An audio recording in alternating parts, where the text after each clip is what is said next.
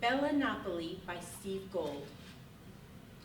Dr. Ernest Just, a scientist, and Hedwig, a guide. Lights up on a small wooden bench placed slightly off center stage towards stage right.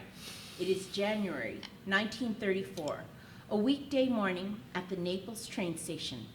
Ernst Just, a 30-ish black man, is seated at the bench dressed in clothes more appropriate for a cooler climate than the one offered by southern Italy. Gray suit, white shirt, and black tie under a fully buttoned heavy black overcoat. His single piece of luggage, a light brown suitcase, rests beside him on the bench. He is first seen reading a hardcover book, though he is too restless to pay attention. Just is a scientist who has recently arrived from America to do research. A few moments follow. He places a still open book on top of the suitcase. He then looks around the area trying to pick out the person who is to meet him at the station, his attempt unsuccessful. He picks up the book and continues reading. A few moments later, Hedwig Schonderloff appears stage right. In her late 20s, she is gangly and has short blonde hair and an open, eager expression. She's fluent in English with a slight German accent that adds to her appeal. Her clothing is functional and attractive. Dark blue dress, white knee socks, and black walking shoes. Upon entering, she stops briefly, glances at Ernst, smiles expectantly, then approaches him as he reads his book. Are you Dr. Just? Yes? Hedwig Schlondorf from the Institute. I've been waiting. Not long, I trust. No, I was taking in the sights. There's much to take in. How's your Italian? I did some practicing during the voyage. Most of us speak English at the Institute. If you need an interpreter, however, my rates are remarkably cheap. I'll bear that in mind. Shall we go? I'm afraid we must wait here a little bit longer. Is something wrong? Our driver, Mario, is not available at the present time. Where is he? He's running a few errands for his wife. He simply left you here? He asked me if he could go, and I said he could. I thought he'd be back by now.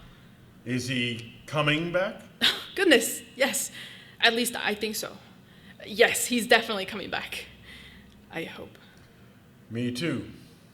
Please don't hold it against me. Or Mario. I'm sure he's a fine fellow. And I'm sure you're a fine woman. Mario has a sterling reputation.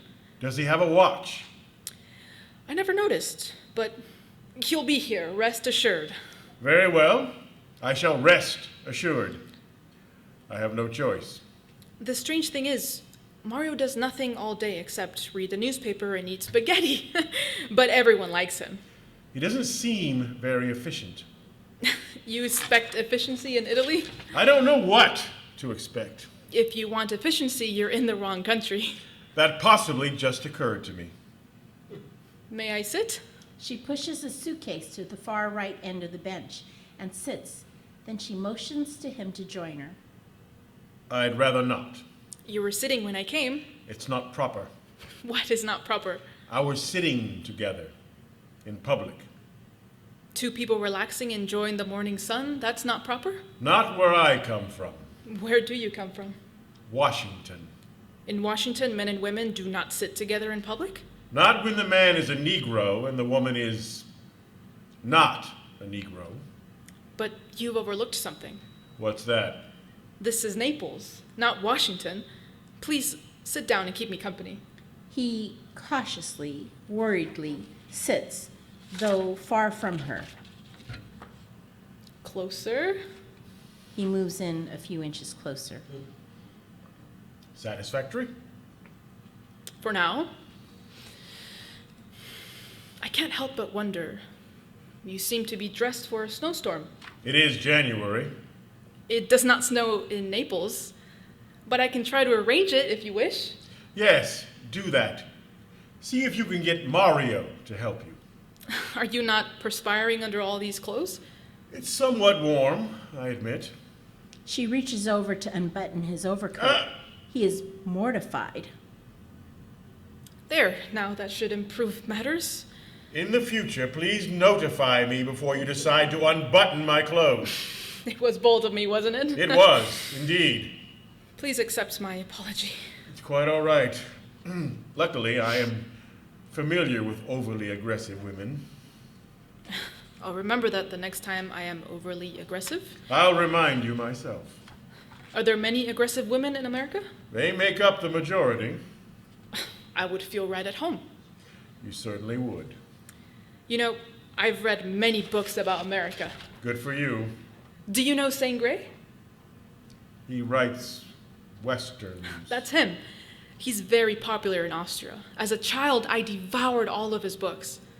Must have gotten quite a stomachache. No, I meant that in a symbolic way. I see. Have you read Zane Grey? I do not read westerns. I don't know anyone who does. I learned everything about your country from Mr. Grey.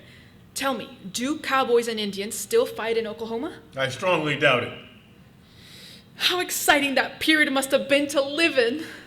If you want to learn about America, then you might choose something more up to date. Can you recommend something? Any book about hatred and bigotry will do. Oh dear, that sounds depressing. If you are looking for a specific author, there's F. Scott Fitzgerald. I find his writing lyrical and eloquent, though he's not currently in vogue.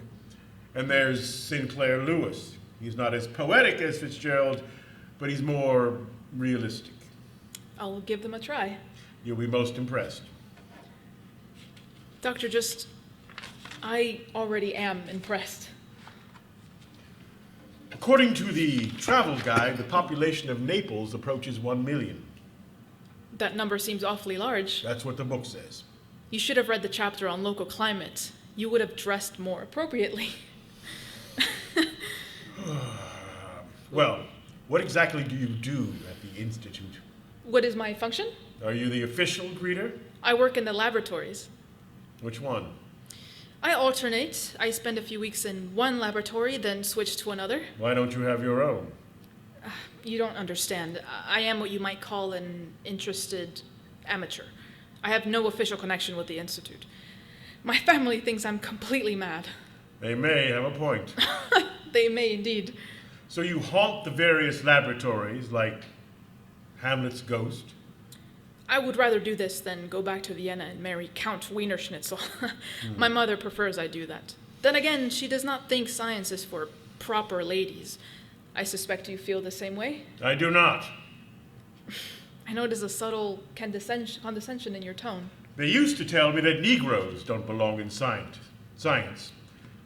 But I proved them wrong. For me to say the same of a woman, that would be the mark of an imbecile.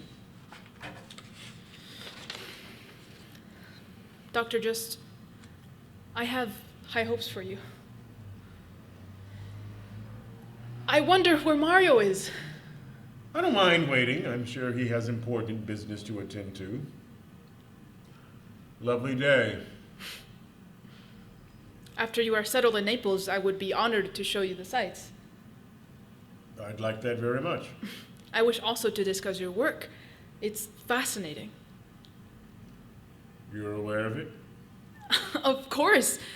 Now, in your last article, you mentioned the difficulty of keeping alive the sea urchin eggs you work with. It's my main problem. If I could keep them alive longer, I could do so much more with them. I've tried various salt concentrations without success. Have you thought of testing different pH levels? Not only have I thought of it, that's the first thing I plan to do once I'm set up here. I have already done it. You? A pH of 9.5 does the trick. It lowers the egg's metabolism. They live at least 3 times longer than before. I'll show you the data. I'll be damned. I thought you would want to know immediately. That is why I came to greet you. You have saved me weeks of work. Excellent. Who are you? I told you, I'm an amateur. You picked this all up on your own? I learn by watching, reading, asking questions, thinking. Should do more of that myself. You write rather well, by the way. Thank you. You are not a show-off. Many scientists write as if they are God Almighty, but you are not like that. You write like a real person, like a human being. Again, thank you. We will begin your sightseeing tour tomorrow. Our time here is limited. But I brought you several free weeks, Dr. Just. That you have. Do you like castles? I am crazy about castles. You're in for a treat.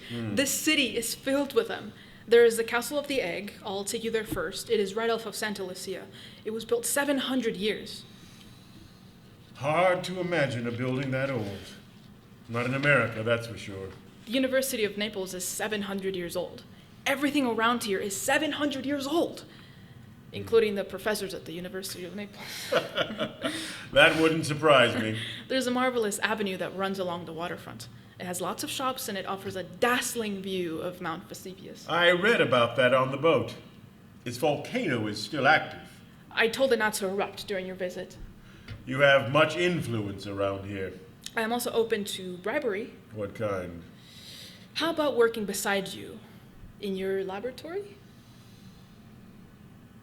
I don't want trouble. I will not give you any. Not from you, from them. It's always them.